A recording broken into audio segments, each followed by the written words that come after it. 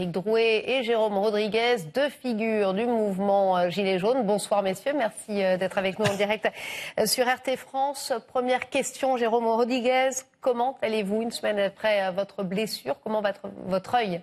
Une petite semaine, parce que ça fait que 3-4 jours. On est dans l'attente. On est dans l'attente de l'évolution des choses pour voir si derrière je pourrais finir par revoir ou pas. Donc pour l'instant, il faut que le sang se résorbe pour faire de meilleures analyses pour savoir si je retrouverai la vue de cet œil ou pas. Donc patience pour le moment. Patience et convalescence. Alors la police des polices a été évidemment saisie, une enquête est en cours. On a vu quand même une forme de prudence de la part du gouvernement, de Christophe Castaner, ces dernières heures. Christophe Castaner, le ministre de l'Intérieur, qui évoquait une grenade de désencerclement. Jamais le LBD, finalement, ce fameux lanceur de balles, ça vous inspire quoi, autant de prudence? Parce qu'ils savent, ils savent. Et forcément, ce sont des gens qui sont irresponsables et ils ne porteront pas leur responsabilité du geste qu'ils ont eu à mon encontre, tout simplement. Parce que la vérité est là, les images sont là, les sons sont là. Et puis la dernière info en date, c'est que comme par hasard, les caméras qui sont placées au-dessus du monument de la Bastille ne fonctionnaient pas ce jour-là. Je commence à trouver cela un peu étrange. Pourquoi mener une enquête aussi longue alors que les faits sont présents, que les images, je le répète, sont là? J'ai un peu du mal à comprendre. Je gêne, qu'est-ce que je fais? Plusieurs vidéos qui ont été montrées. Significatif, jusqu'à même un CRS confirme qu'il y a bien eu un tir de LBD, un tir, une victime. La victime, vous l'avez en face de vous. Vous avez confiance tout de même en cette enquête de l'IGPN, la police des polices? Je me dois de rester confiant, parce que je dois faire confiance quand même à l'État et à peut-être l'impartialité de ce service de police. Maintenant, on sait que c'est une corporation qui marche aussi pour l'État. Mais bon, on va rester confiant et j'espère qu'on ira au bout de l'enquête et que ça ne va pas durer très très longtemps parce que les preuves sont là. Donc j'avais bien compris qu'aujourd'hui le gouvernement avait un problème de surdité parce qu'il n'était pas capable d'écouter les différentes revendications et les appels de la rue. Mais je m'aperçois qui, moi, aujourd'hui, est borgne, qu'eux sont aveugles parce que même des images, ils ne sont pas capables de reconnaître leurs responsabilités vis-à-vis de celles-ci. Aujourd'hui, il y a certains policiers, des syndicats de police qui appellent à revoir les choses après cette blessure. Vous percevez aujourd'hui ces forces de l'ordre comme quoi? Comme, entre guillemets, des ennemis, comme des gens qui font leur travail tout simplement et qui ont des ordres d'en haut? Bien sûr qu'ils ont des ordres. Et ils respectent leurs ordres, c'est normal quand on a des responsabilités. Maintenant, je sais qu'il y a des hommes aussi en dessous de cette carapace. Maintenant, je vais être honnête avec vous, ce qui me satisfait, c'est le nombre de messages de policiers que j'ai pu recevoir. J'ai reçu aussi un nombre de syndicats qui m'ont aussi soutenu. Donc j'ai bien compris qu'il y a quand même une conscience humaine en dessous de cette carapace et qu'il y a de plus en plus de policiers qui commencent à dénoncer cette façon de faire et cette façon d'agir. Je finirai juste là-dessus, c'est qu'aujourd'hui on a quand même un suicide tous les 2 jours de la part des policiers et on voit réellement le respect que porte le gouvernement à sa propre police. Et c'est ce qui est le plus regrettable aujourd'hui. Donc je réitère mon message vis-à-vis des policiers. Pourquoi nous opposer ? Pourquoi faire de nous et de vous de la chair à pâté pour ce gouvernement qui aujourd'hui n'est plus responsable de quoi que ce soit? Alors après avoir pris la blessure à l'œil de votre collègue Jérôme Rodriguez, votre groupe, La France en colère, avait décrété dans un communiqué, retiré depuis d'ailleurs, l'état d'urgence du peuple, appelé un soulèvement sans précédent par tous les moyens utiles. Est-ce que vous êtes d'accord, vous, Jérôme Rodriguez, avec cette approche? Vous avez appelé au calme. Est-ce que vous êtes raccord tous les deux, finalement, avec la façon d'aborder ce mouvement? Ils ont interprété comme ils voulaient le mot soulèvement, même si, du coup, ça prête à confusion. On n'aurait peut-être pas dû l'utiliser. C'est pour ça que les administrateurs ont décidé de retirer le communiqué. C'était plutôt un soulèvement dans le sens où il fallait que les gens se mobilisent plus que jamais samedi par rapport justement à cette marche blanche consacré aux blessés et du coup qui tombe quelques jours, une semaine après l'accident de Jérôme. Donc de bonnes circonstances. Vous avez regretté cette appellation, justement cet appel à l'insurrection Non, c'est pas un appel à l'insurrection. Après le mot soulèvement, nous on l'a interprété à notre façon. Je pense que après la personne qui l'a publié aurait dû plus nous demander notre avis par rapport à ça. Peut-être ça a été fait un peu dans la précipitation, c'est normal. On était tous un peu sous le choc par rapport à ce qui s'était passé.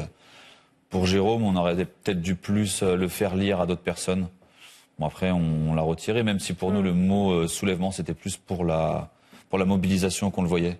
C'est pas un soulèvement pacifique, pas un soulèvement amener à la casse ou quoi que ce soit. On en a toujours fait en sorte depuis plusieurs semaines maintenant de ramener des manifestations bien structurées avec des déclarations, un service d'ordre, un service de médic, etc.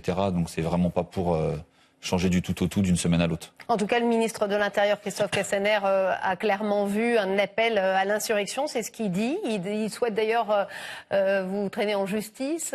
Nous aussi, d'ailleurs, on va porter plainte justement par rapport à ça pour accusation diffamatoire. Parce que c'est vraiment pas... Il se sert un peu de la justice comme un outil facilement utilisable par lui-même, et ça va un peu trop. À chaque fois, on se fait, pour un petit mot, une petite phrase qui n'a pourtant aucun sens à l'anarchie, on part en comparution immédiate ou en audition ou en garde à vue. C'est beaucoup trop en ce moment ce qui se passe au niveau de la justice, quoi. En même temps, on ne va pas s'excuser d'être comme tous ces politiques avec le verbe haut et leurs grandes éloquences. Nous sommes des gens du peuple, nous parlons français, et l'importance qui peut être donnée à un mot ou l'interprétation qui peut être donnée à un mot n'appartient qu'à chacun, tout simplement. On est d'accord, Éric et moi, on a discuté longtemps au téléphone, même avant ce communiqué, qu'on partait dans un élan pacifiste, c'est mon mot d'ordre, je suis humaniste, je veux la protection des gens qui manifestent, et moi, mon plus beau cadeau, c'est à l'acte 9 d'avoir eu des enfants qui viennent me faire la bise, qui viennent me serrer la main, et contents de venir manifester avec leurs parents. Donc pourquoi appeler à l'anarchie, pourquoi appeler à tout casser ? C'est pas dans notre intérêt. Nous sommes des gens intelligents, on ne va pas casser notre France. Éric Drouet, vous êtes d'accord justement avec ces propos de Jérôme Rodriguez? Parce qu'on vous a vu, ça a été beaucoup critiqué, effectivement, sur le plateau de BFM TV, vous souhaitiez marcher sur l'Élysée, effectivement. Peut-être que parfois vos mots dépassent votre pensée. Non, je pense pas. Après, moi, les mots, je les interprète à ma façon, mais il n'y avait même pas marché sur l'Élysée. On m'a demandé qu'est-ce que je ferais si j'étais devant l'Élysée. Bien sûr, la réponse de tout le monde, c'est de rentrer pour avoir une discussion directement avec le principal intéressé. Ça fait des semaines qu'on se dirige vers l'Élysée. Et justement, d'ailleurs, la première manifestation qui s'est passée le mieux de toutes les manifestations, on était à 200 mètres de l'Élysée, c'est strictement rien passé de cette manifestation. Il n'y a eu aucun dégât, aucun heurt ou aucune dégradation. Donc vous appelez vraiment à des manifestations extrêmement pacifiques? Oui, parce que du coup, c'est une envie de beaucoup de personnes de pouvoir descendre dans la rue pacifiquement et en toute sécurité, parce qu'il y avait beaucoup de personnes qui étaient craintives par rapport aux manifestations, tout ça. Donc du coup, on fait en sorte maintenant qu'elles puissent descendre dans la rue, parce qu'il y a beaucoup de personnes âgées, blessées ou handicapées qui veulent quand même descendre, et on fait en sorte qu'elles puissent le faire. Alors on en a parlé, la loi anti-casseurs qui divise jusqu'à dans les rangs de la majorité. Christophe Castaner qui se justifie, ce n'est pas une initiative contre les Gilets jaunes. Il dit vouloir, je cite, stopper les brutes qui n'écoutent que leur soif du chaos. Qu'est-ce que vous lui répondez au ministre de l'Intérieur? Un écran de fumée. Oui. Un écran de fumée, tout simplement. Pourquoi remettre une loi sur une loi qui est encore une loi? Les lois existent, il y a moyen d'arrêter les personnes. On arrête de simples manifestants à 20 km de Paris parce qu'ils sont porteurs d'un masque en papier. Vous n'allez pas me dire qu'on ne peut pas arrêter des gens qui se baladent avec un marteau.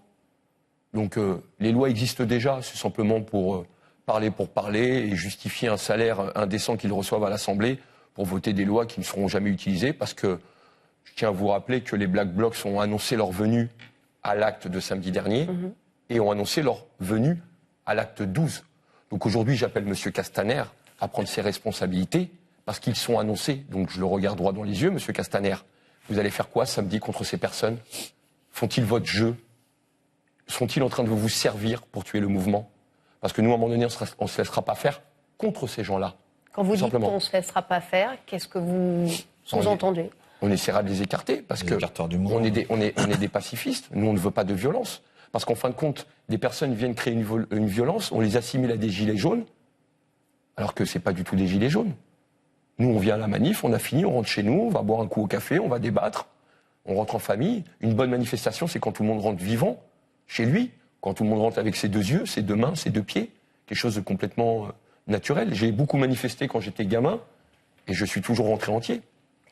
Éric Drouet, comment vous expliquez qu'à chaque samedi, on le vit ici, souvent le samedi, lors de nos éditions spéciales, ça se passe bien dans un premier temps, c'est calme, et puis à un moment donné, on ne sait pas comment, pourquoi, ça dégénère en violence? On se demande même si c'est pas un souhait du gouvernement que du coup il y ait quand même une mauvaise image à apporter du mouvement, parce que tant qu'on est mobile, en fait, ça se passe bien, et en fait c'est dans le final que tout dégénère, quoi. Alors il y a également l'utilisation très décriée de ce fameux lanceur de balles,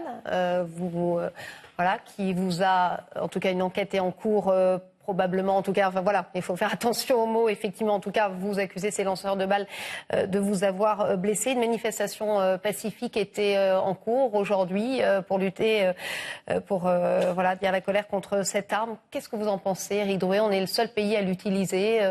Dans les cri de colère. De la façon dont elle est utilisée, oui, elle devrait être interdite. Parce que normalement, on n'est pas censé viser le haut du corps avec cette arme-là. Donc, c'est un vouloir de blesser avec cette arme, vu qu'il y a déjà eu 40 personnes touchées au visage depuis le début des manifestations. C'est plus des erreurs, c'est vraiment voulu. On peut faire une faute ou deux, mais pas 40. Là encore, une bataille de chiffres. Le gouvernement n'annonce pas du tout le même nombre de blessés. C'est de la manipulation, selon vous, des autorités, Jérôme Rodriguez? Complètement. De la manipulation politique, tout simplement pour faire taire le mouvement et décrédibiliser le peuple sur les revendications qui sont les nôtres. Et c'est un moyen de nous faire taire. Aujourd'hui, on n'est plus en démocratie dans ce pays et c'est ce que je regrette le plus et c'est ce qui m'inquiète le plus pour l'avenir de nos enfants, tout simplement. Aujourd'hui, comment vous voyez l'avenir du mouvement? On a vu les divisions, effectivement les cafouillages avec cette liste Gilets jaunes aux européennes. Qu'est-ce que vous espérez pour la suite de votre mouvement? On n'a pas la même perception. Là, en fait, la liste des européennes, c'était vraiment une partie infime des Gilets jaunes, voire même que quelques personnes. Parce que nous, on a fait des sondages sur les différents réseaux. Il y a 98% des personnes qui étaient contre. Donc c'était vraiment ces personnes-là qui ont voulu utiliser le nom des Gilets jaunes. Moi, pour être en contact avec Ingrid, je lui avais dit de ne pas le faire sous ce nom-là, parce que ça ne représentait pas le mouvement des Gilets jaunes. Elle aurait dû le faire à titre personnel sous un autre nom, ça serait beaucoup mieux passé. Elle aurait peut-être même eu du soutien de la part peut-être des Gilets jaunes, mais sans reprendre le terme Gilets jaunes. Vous avez les moyens aujourd'hui, juridiquement, finalement, d'empêcher qu'on utilise ce terme?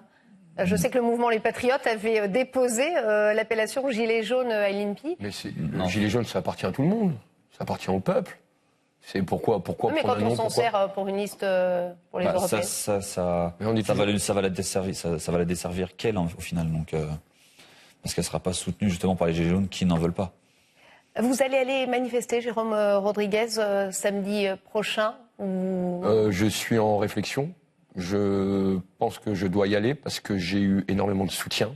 Beaucoup de gens sont venus devant l'hôpital. J'ai pas pu recevoir tout le monde. J'ai reçu des milliers, j'exagère pas, j'ai vraiment reçu des milliers de messages. Alors je pense que j'irai au début du rassemblement pour être présent une petite heure avec cette communauté qui m'a fait du bien pendant ces derniers jours, pour les remercier, pour être avec eux. Et puis je pense que je rentrerai à la maison me reposer parce que j'ai besoin de repos malgré tout. J'ai surtout besoin de m'occuper de ma petite fille qui a été témoin en direct à la télé de voir son père se faire descendre sur la Bastille. Donc j'aimerais m'occuper un petit peu d'elle parce que c'est quand même traumatisant pour une enfant de voir son père pratiquement se faire tuer dans les rues de Paris, tout simplement. Merci en tout cas Éric Drouet, merci Jérôme Rodriguez, bon rétablissement à vous, merci d'avoir été en direct avec nous sur RT France.